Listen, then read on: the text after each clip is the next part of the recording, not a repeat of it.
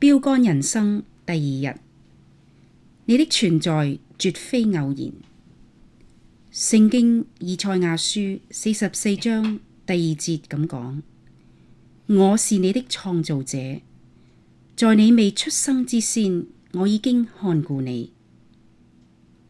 愛因斯坦曾經話：神係唔玩掟骰仔嘅遊戲。你嘅存在絕對唔係偶然。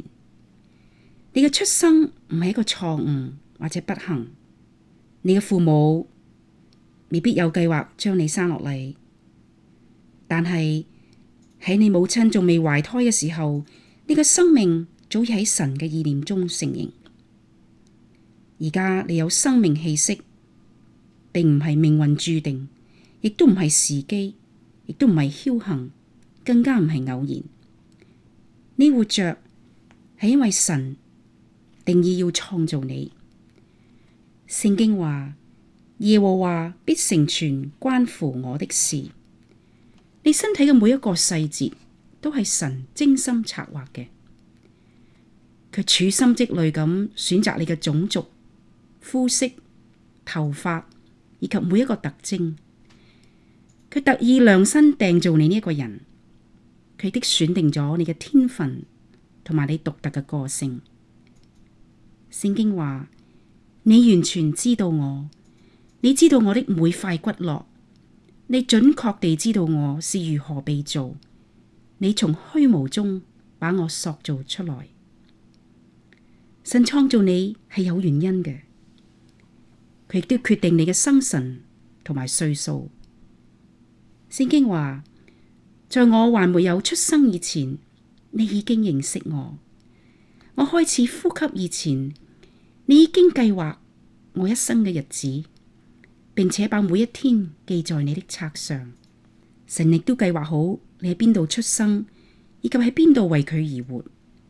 你嘅國籍同埋種族亦都係出自佢嘅計劃。總之，一切都唔係偶然，完全都係根據神嘅目的嚟計劃。聖經話：他從一本造出萬族的人，並且預先定準他們的年限和所住的疆界。最令人讚嘆嘅係，神決定你係點樣嘅人。無論你喺邊一種情況下出生，父母係邊一個，係好係壞，都唔重要。神知道呢兩個人係擁有合適嘅遺傳因子，要照住佢嘅心意將你創造出嚟。佢哋身上有住神要做你嘅基因。喺呢個世界上有好多唔合法嘅父母，但係絕對冇唔合法嘅細路仔。好多細路仔嘅出生係未經過佢哋父母嘅計劃，但係佢係神所安排。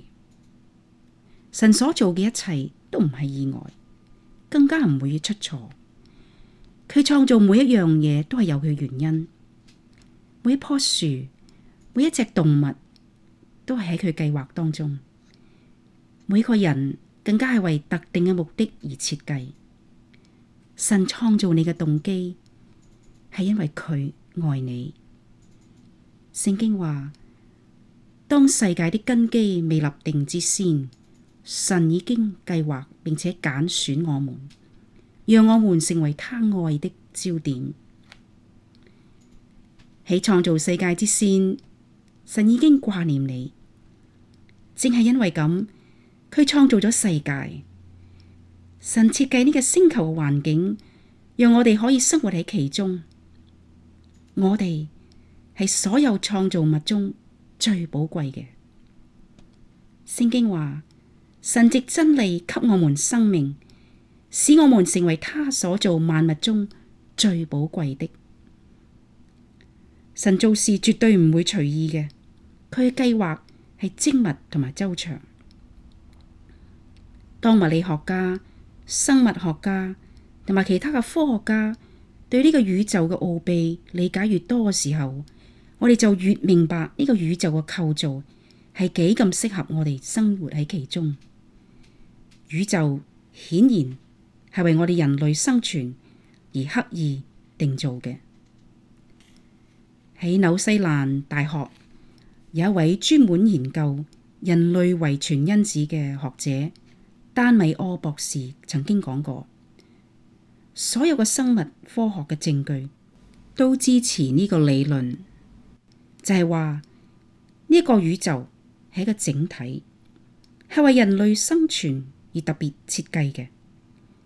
整體中每一件事物嘅存在都係有佢嘅解釋同埋意義。聖經喺幾千年前亦都曾經咁講，塑造大地的上帝，他並沒有使土地荒涼，他叫人在其中居住。點解神要咁做呢？點解佢唔怕麻煩咁創造宇宙讓我哋居住呢？因為佢係一位充滿慈愛嘅神，佢嘅愛真係難以測度，但係卻穩固可靠。神創造你，因為佢愛你，你嘅生命應該建基於呢個真理上。聖經講俾我哋知，神是愛，唔係話神有愛啊，而係神就係愛。愛係神性情嘅本質。神並唔需要做你，因為喺三位一體嘅相交之中，神根本都唔寂寞。但係佢做你嘅原因，係因為要向你顯明佢嘅愛。神話，你們出生以來，我就照顧呵護你們，直到你年老髮白，我還是這樣懷抱着你。我造了你，必定照顧你。假如冇神，我哋每個人都不知個係個意外。如果真係咁嘅話，你同我都唔需要繼續讀呢本書啦，因為咁嘅生命根本就係冇目的，絕無意義，亦都唔重要。但係神的確存在，佢特意創造你，使你嘅生命有深遠嘅意義。之後當我哋以神為生命嘅根據點，先能夠揾到人生嘅意義同埋目的。聖經羅馬書12章3節話，只有知道神是怎樣的，以及他為我們做了何事，我們才能準確了解自己。今日我哋要思想嘅要點就係，我嘅存在絕對唔係偶然。我哋要背誦嘅經文係喺以賽亞書44章第2節，神造作你，又從你出胎造就你。我哋一齊嚟思考呢個問題。既然知道神創造我係咁特別，喺我個性、我個背景或者係我外表上，有邊一點係我好難接納自己嘅呢？